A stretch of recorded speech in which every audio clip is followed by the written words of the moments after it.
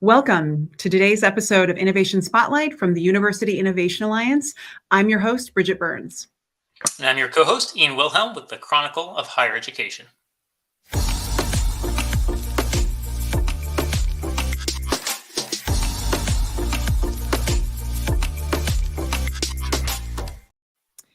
Innovation Spotlight is a show designed to elevate cutting-edge ideas, interventions, and innovators who are helping to shape the future of higher education. Each episode, we share insights from working with institutions across the country, from the UIA, as well as interviewing an innovator who we think is doing work or leading work that will help you in your day-to-day life on campus as you think about the new cutting-edge ideas that will help you better serve students. So that's why we call it Innovation Spotlight. And that is definitely what's going to happen today. Yes, indeed. Later, we're going to hear from the founder of the National Institute on Student Success. That's Dr. Tim Renick, someone we at the Chronicle and you as well, Bridget, talk to quite a bit in terms of these issues around student success. So I'm excited to talk to Tim about what he's doing. But I'm going to take a little bit of a moment here, Bridget, to also talk to you sort of what in real time you're seeing when it comes to innovation broadly in the field out there. Because as you know, it continues to evolve. Colleges continue to face big challenges. So I'm kind of curious, what are you hearing about? What do you think is on top of mind right now when it comes to the issue of innovating for student success or for other areas? So the topics that I'm hearing the most urgency and when I go to campuses, I'm hearing a lot of obviously the chatter about enrollment numbers depending on the institution, but also DFW rates that they, depending on the institution and at which time of year, why are they increasing, the unpredictability of them to some degree, and the lack of a real solution to that feels like we're learning from the past. So that's part of why it's so topical to bring Dr. Renick on. But in terms of when it comes to interventions and what's actually like getting in the way of innovation in the field and the topics that I would tee up for you, it would be two things, and they are also connected to who we picked as a guest. The first is the positionality of the person who is tapped to lead implementing an innovation on a campus. Too often, the person who is being asked to lead, whatever the new technology or the new solution is, rarely does that person, if it's most interventions don't just stay in one lane, but rarely does that person actually have the authority over all the lanes necessary to drive that change. Sure. And that is a real problem because they are wasting a lot of time negotiating with their peers, right? And this is such a, what I found to be such a powerful example of how to solve this is what you're going to learn happened at Georgia State and has now scaled to the University of Central Florida, which is the idea of like a senior vice president or executive vice president for student success, who has a portfolio that is expansive enough that whatever change they're trying to lead, the people who need to do that work for them. And so they don't have to spend all that time trying to negotiate with people and try and convince their colleagues to move in a direction. They can actually lead the change. So that's one. And then two, that I also think is a great example of why to bring on Dr. Renick is that is getting in the way everywhere I go, how people talk about innovations. Right. Like, so I'll go to a campus and they want to tell me about their cool idea. That's fine. I don't really work on a campus. So I'm always just kind of have outsider ears. But then when I watch them talk to another campus who they want to try and replicate their ideas, the way that the format in which they tell that information, like the architecture of how they describe what they're doing gets in the way. And here's what the architecture is. Whatever the solution is. We did X, we served X number of students, and here's more nuts and bolts, more inside language. Do you want to do it? Right? That is not an invitation for me to care about your solution or to think that I have anything in common with you. The way that you have to pitch or talk about an innovation or a solution is start with the problem, be very crisp about it, be accessible about it, and actually admit that you had it. So some campuses want to talk about a problem, but they're like, don't want to say they had it. Like, some campuses might have X problem. No, you need to say, we were failing our students, like we, my campus. Number two is you need to say the following words: we didn't know how to solve it, right? That means that you as the listener, you have something in common with me. I also didn't know how to solve it. You had that problem? Cool. And then walk through the things you tried along the way that didn't work Because otherwise what happens is people hear what you have to say and they immediately are like, well, that's nice. I'm going to go start my landscape analysis on my own to figure out what kinds of things are out there. So just own, here are the steps we took, here are things we tried. And then third or fourth is here's what we did here, and here's what we're learning from it. And here are the results that we're seeing that are promising for us. And then just stop there. Don't try and say, hey, you should take our idea.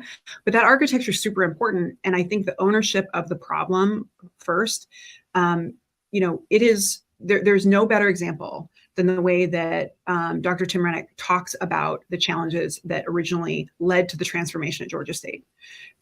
No bragging, make no claims about, hey, we're the most this or that. It's we were failing and we're not okay with it, and we didn't know what to do. And then walks you through like that architecture of how you talk about an innovation totally changes whether or not someone is going to actually listen and whether they're going to want to actually pursue your idea or use it. So those are the things that are getting in the way right now, is the way people talk about innovation and the fact that the people who are tasked to lead it are not empowered with the authority they need in order to be successful. So both of these are an example of something that the counterexample is our guest.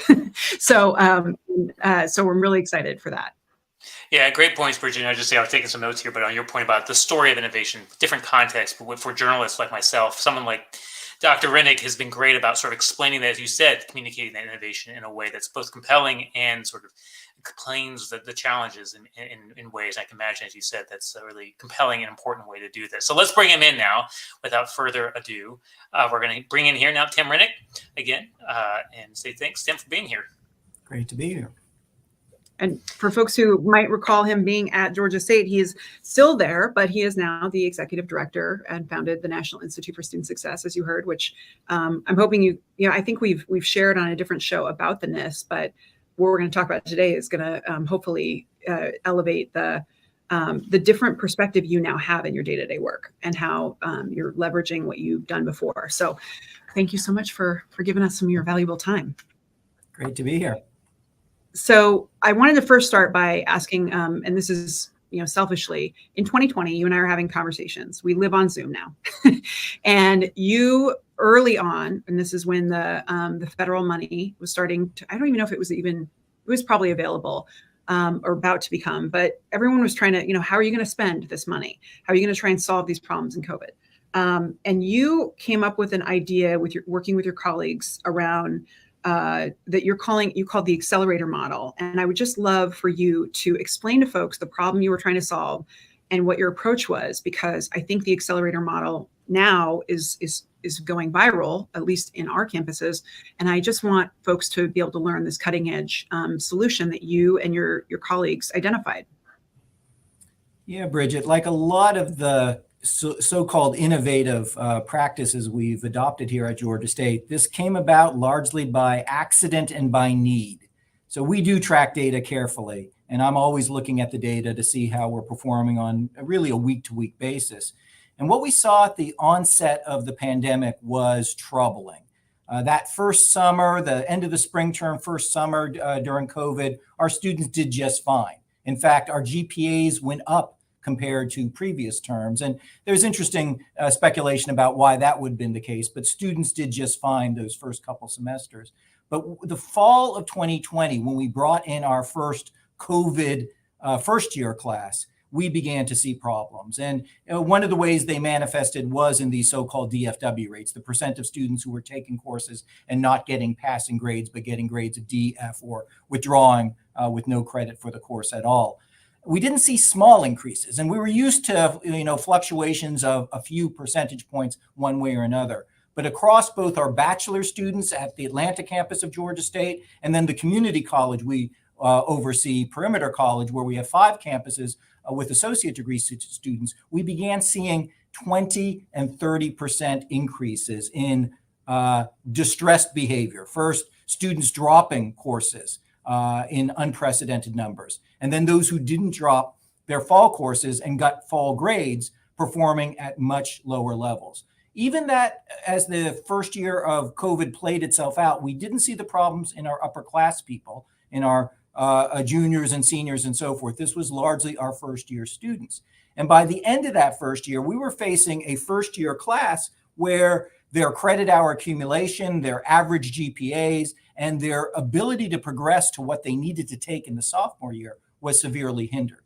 And so what we did the summer of 21 was very quickly pivot to a new program. Yes, we were beginning to get some federal funding to come in. And what we quickly did was create what we now label the Accelerator Program. This was a program where we invited back first-year students who had failed critical first-year classes. So if these were elective courses, my own academic discipline is religious studies, if they didn't do well in a comparative religions course, probably not a big problem for their progression.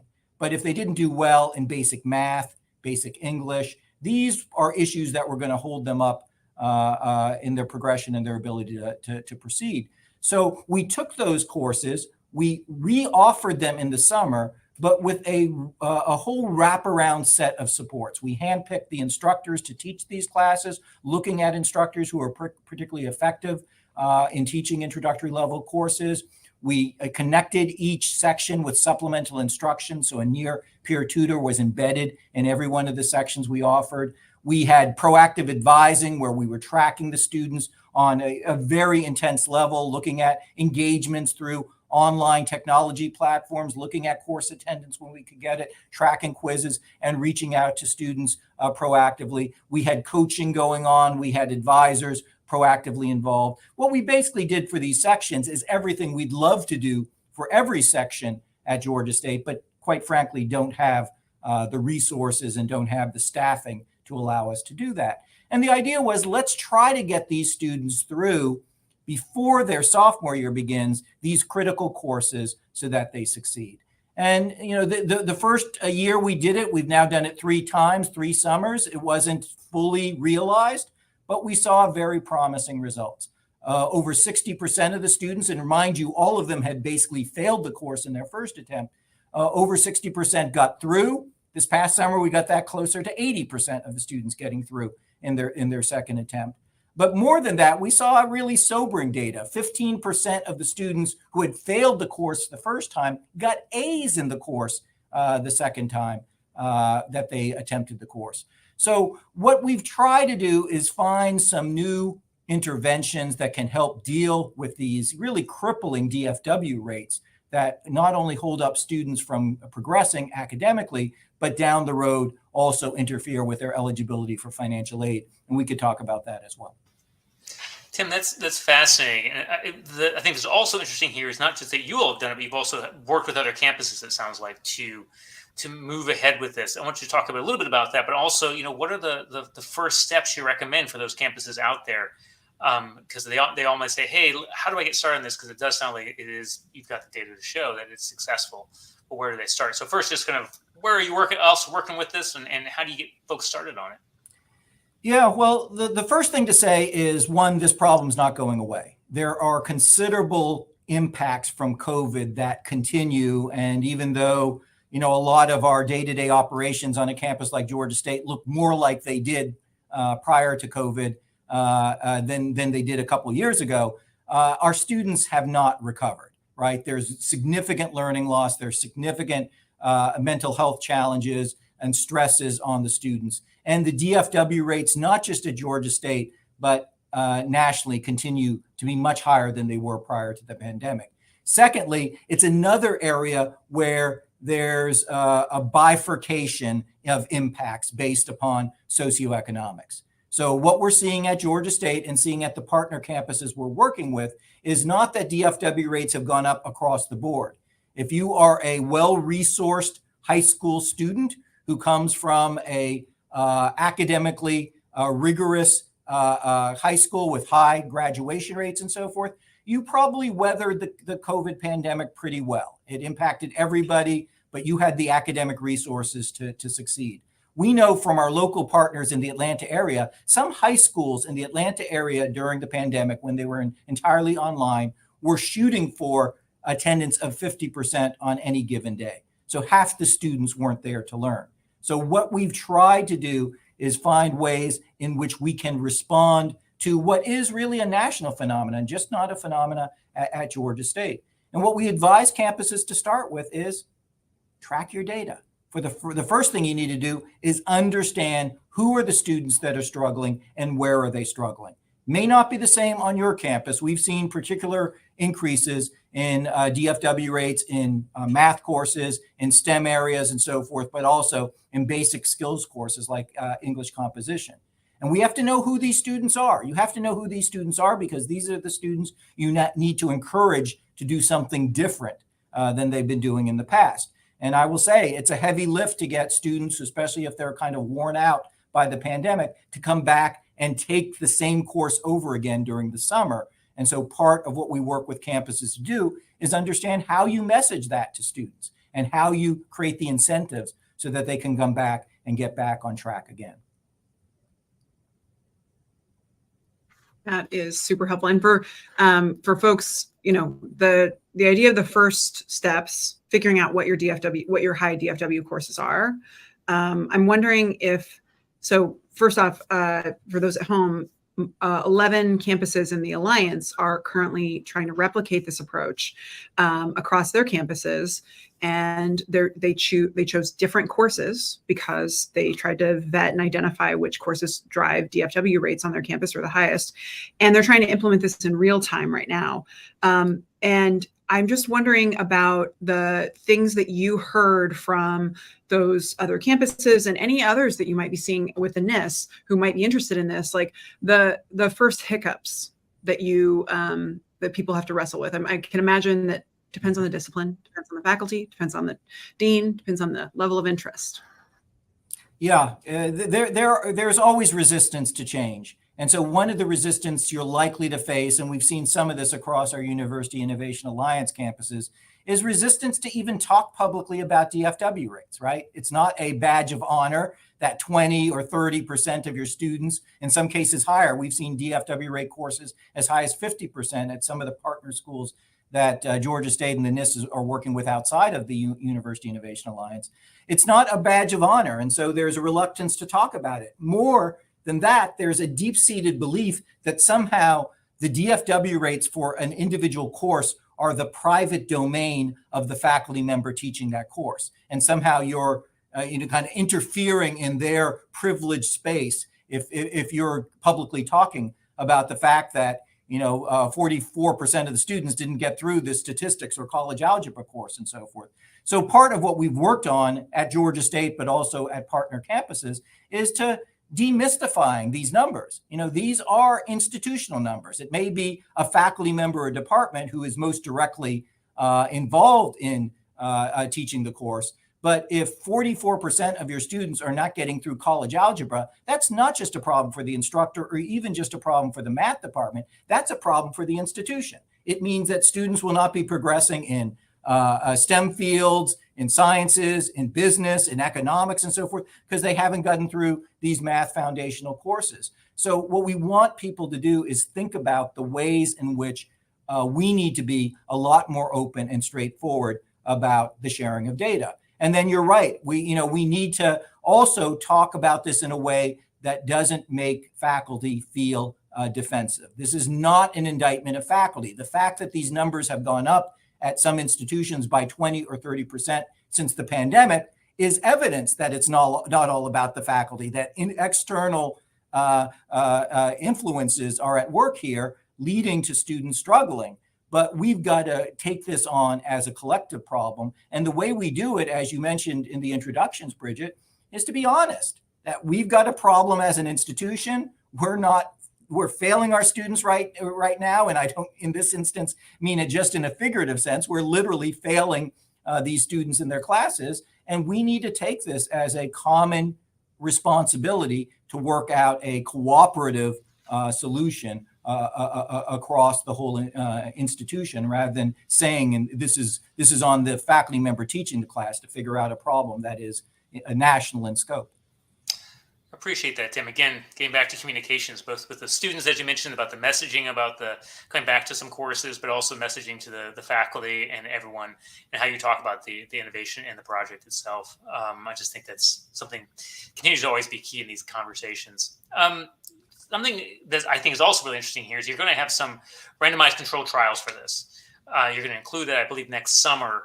I I kind of want to understand why that's the right time to do it, and why this might be a more effective approach for multi-campus work like this.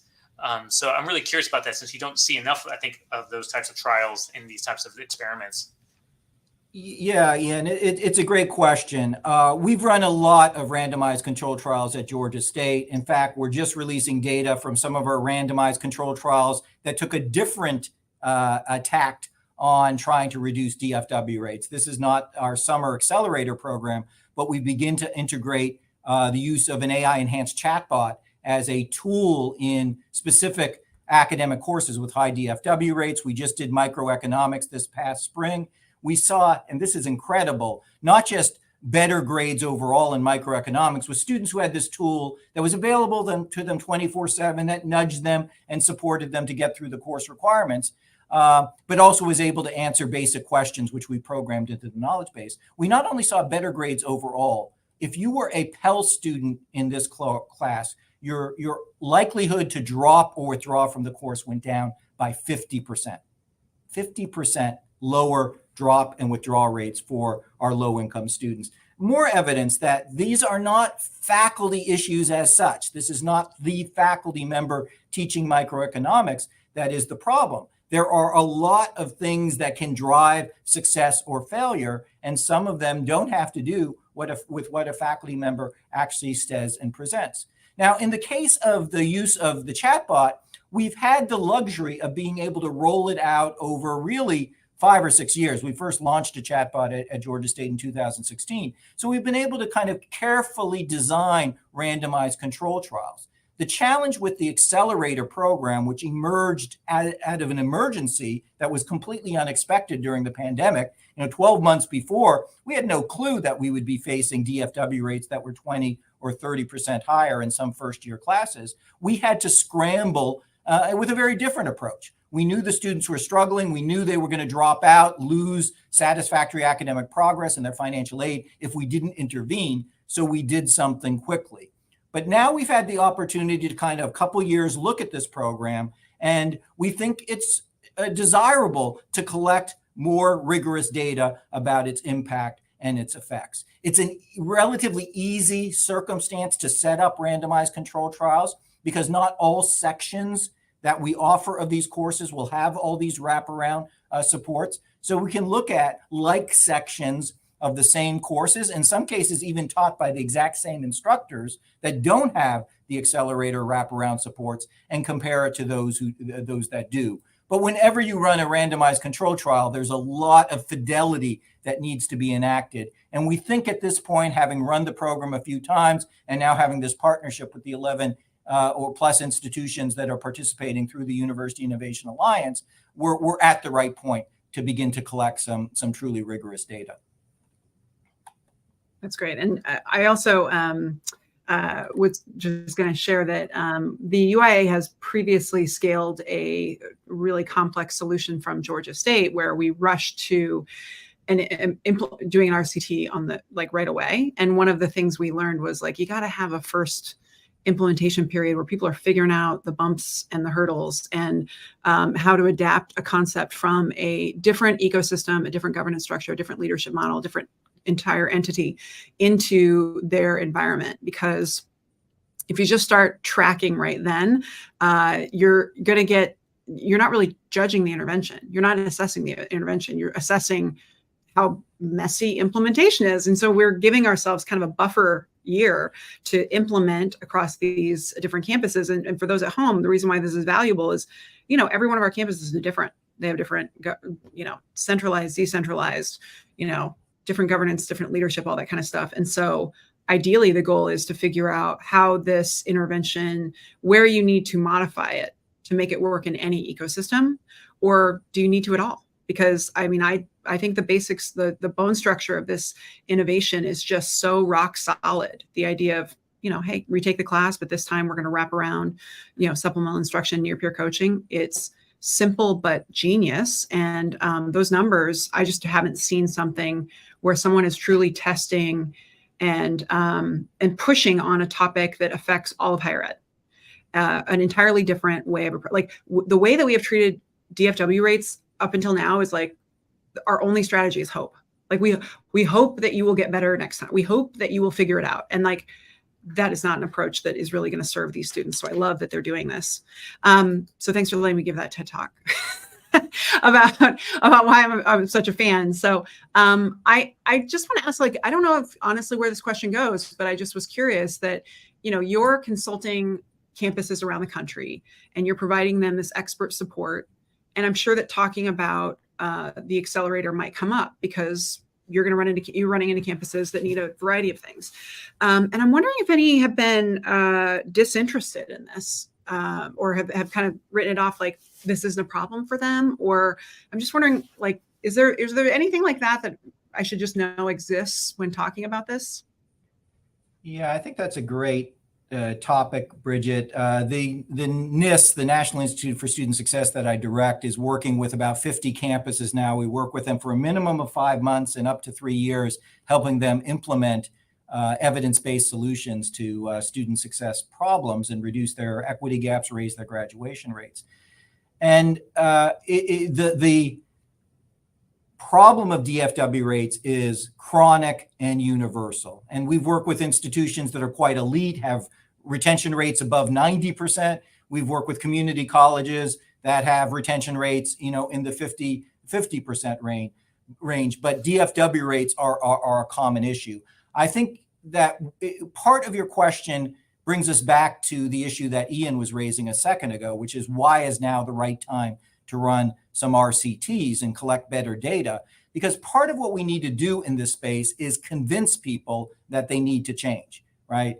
That if you believe that DFW rates are beyond your control, students are now coming to us with learning loss because of the pandemic, and that's the only and sole reason why our DFW rates are going, then you have no grounds to think that you can change it. So there's no reason to adapt the accelerator program or try layering chatbots into these courses or anything else. What we need to do is make the case, and make the case at a high level at the institution, I mean president, chancellor level, and say, this is something that needs to be dealt with.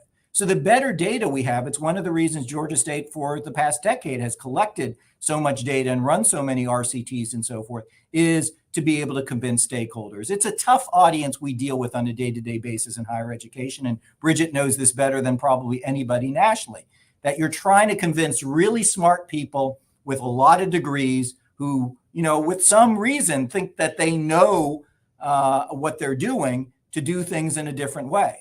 And what we've found to be the most effective way, and this started at the micro level when I would go into faculty meetings and try to convince my fellow faculty at Georgia State to do things in different ways. And now we're seeing at the macro level across the University Innovation Alliance, or of course, across the NIST partner institutions, is going in with data and evidence is a really effective way of convincing degreed people with a lot of education who've been taught that they need to base their decisions upon evidence to, you know, to maybe think of things in a different way.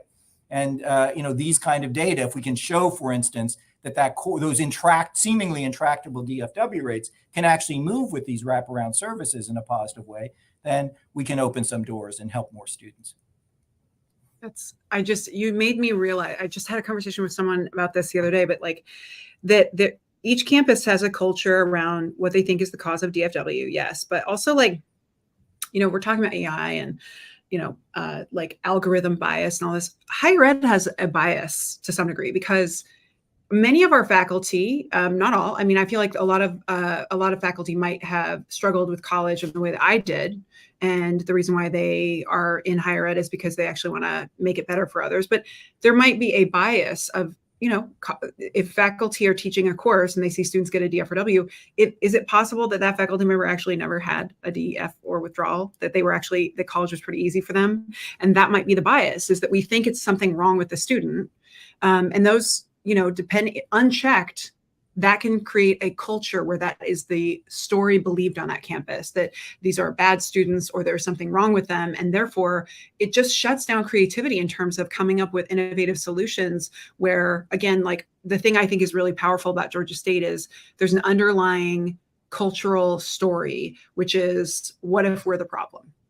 And that is immensely powerful because it basically gives people the freedom to pursue solutions and to not feel like they have to like hide the ball or sweep things under the carpet. So just in general, at home, think about what is your campus culture around DFW rates? What do you think, what is the norm? What do you guys say about, people who get DFW rates? And is there a belief that this might be something that is not, the institution does not play a part? I think that's on point. I'll add, I think the bias you're talking about from faculty is not just that many of them, never saw a D or an F in their academic careers, because these are by definition people who were able to succeed in college and go on to graduate school and so forth to get credentialed. But I think there's also another bias here, which is if it's not the student's fault, if it's not the pandemic's fault, if it's not intractable, then maybe I'm to blame, right? Maybe I'm not as good. It's easier to say if a student doesn't succeed, well, they didn't succeed because they didn't engage sufficiently. Really interesting example from the microeconomics trials we were running this past spring. A wonderful faculty member who's responsible for teaching these classes and running the whole program of micro and macroeconomics introductory courses at Georgia State. But we looked at some of her early data, and it was about a third of the students who were disengaged in the first couple weeks, to the point where she was telling us in past semesters they would get a failing grade based on the fact that they weren't participating in the first couple weeks. And her initial response was, what can I do? I put the assignments out there. I tell them to engage. They don't engage. Got to fail them, right? What opportunity is there? And what we've been able to see through these wraparound services, her approach to the course as an instructor may be similar, but by having an embedded near peer a supplemental instructor, coaches available, the chatbot now in the microeconomics course, nudging the students and so forth. Go figure. The participation rates in those first couple of weeks went up for students who in the past had been disengaged early on, and all of a sudden, a lot more students started succeeding in the class. So, we need to, again, find ways of demystifying some of this so that it doesn't become personalized. What we do see at Georgia State is we are not only part of the problem, we still are the problem, because our students haven't changed, right? Our students over the last decade, their SAT scores on average are going down. We have twice as many Pell students as we used to have, but we're graduating 3,500 more students every year than we were 10 years ago.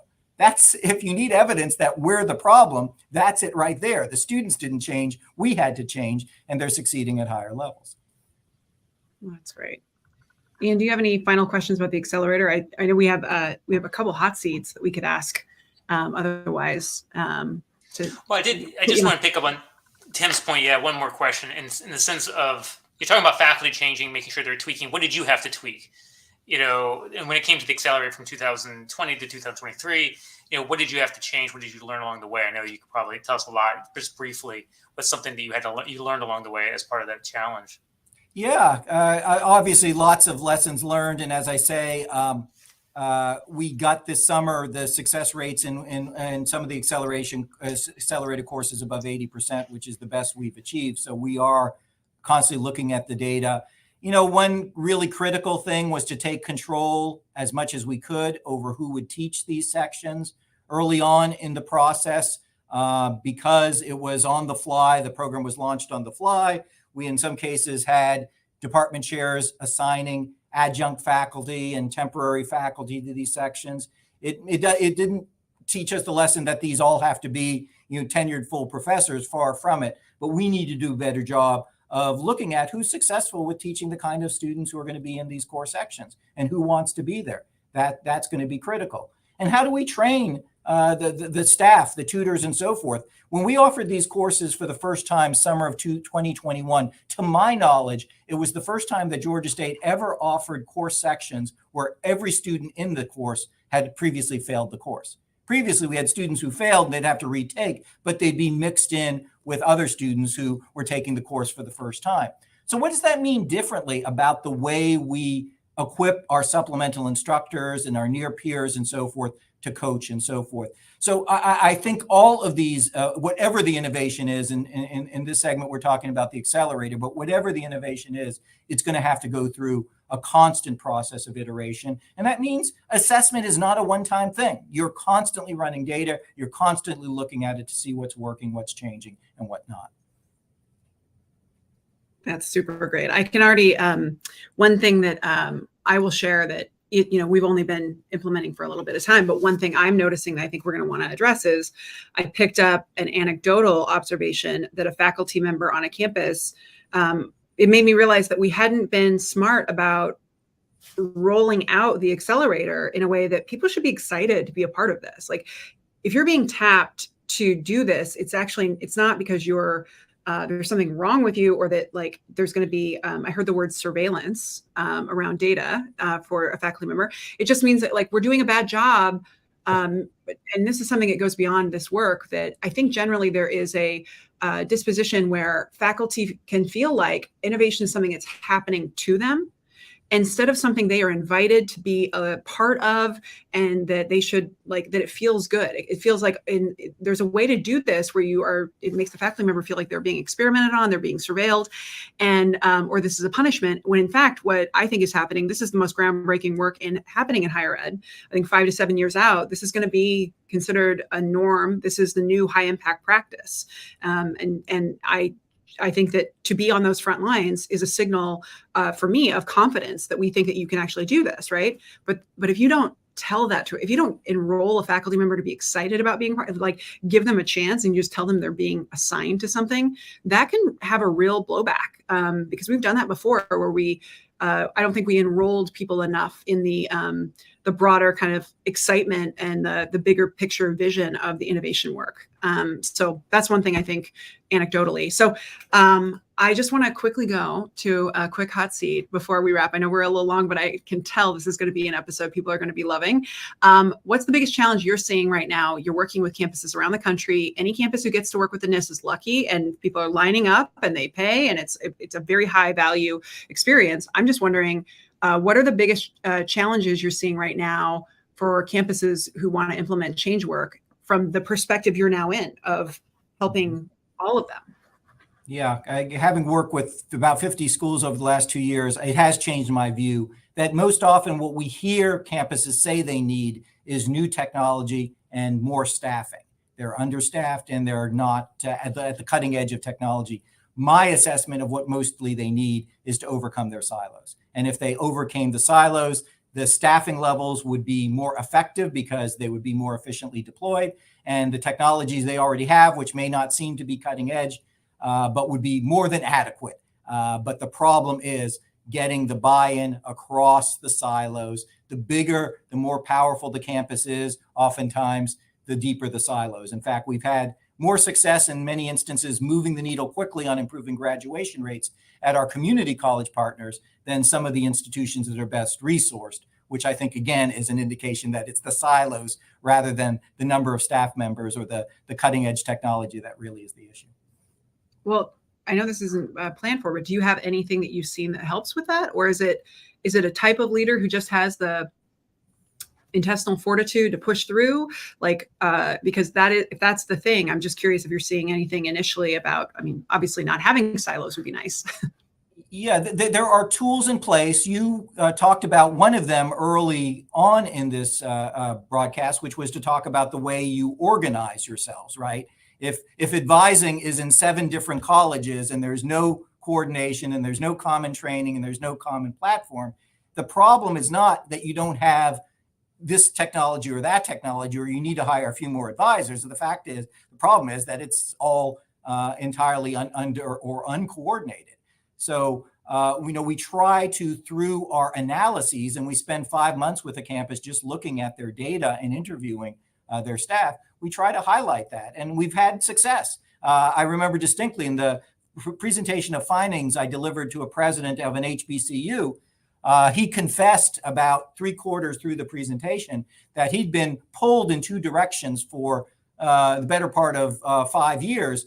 Some who think that the campus needed to move to professional advisors, and some who said, no, we have to have the faculty do all the academic advising. And he was convinced during the outlining of the data that we were sharing with him that no, that I guess the problem really is that we don't have the right coordination and training and so forth across our advising staff. So bringing that information to bear can be a really helpful tool in the process. But sometimes it is a matter of leadership and having the kind of the guts to do some things that might make some people unhappy. And that one can do that. I don't want to miss this chance to ask this. Hopefully it's a quick answer, but I doubt it is. For readiness for working with the NIST. I know a lot of people say they want to. Presidents text you and tell you they want to join it. So great. Very cool. But then don't actually deliver. I'm just wondering, is there something that you notice that indicates that a campus is truly ready to work with you? Yeah, I'll say that we developed the diagnostic process in order to answer that question with greater clarity. Because prior to the pandemic, we had literally 500 different campuses in the years leading up to the pandemic that came and sent teams to Georgia State, said, oh, we want to spend a day with you. We want to spend a couple days, teach us what you have to learn, to teach us.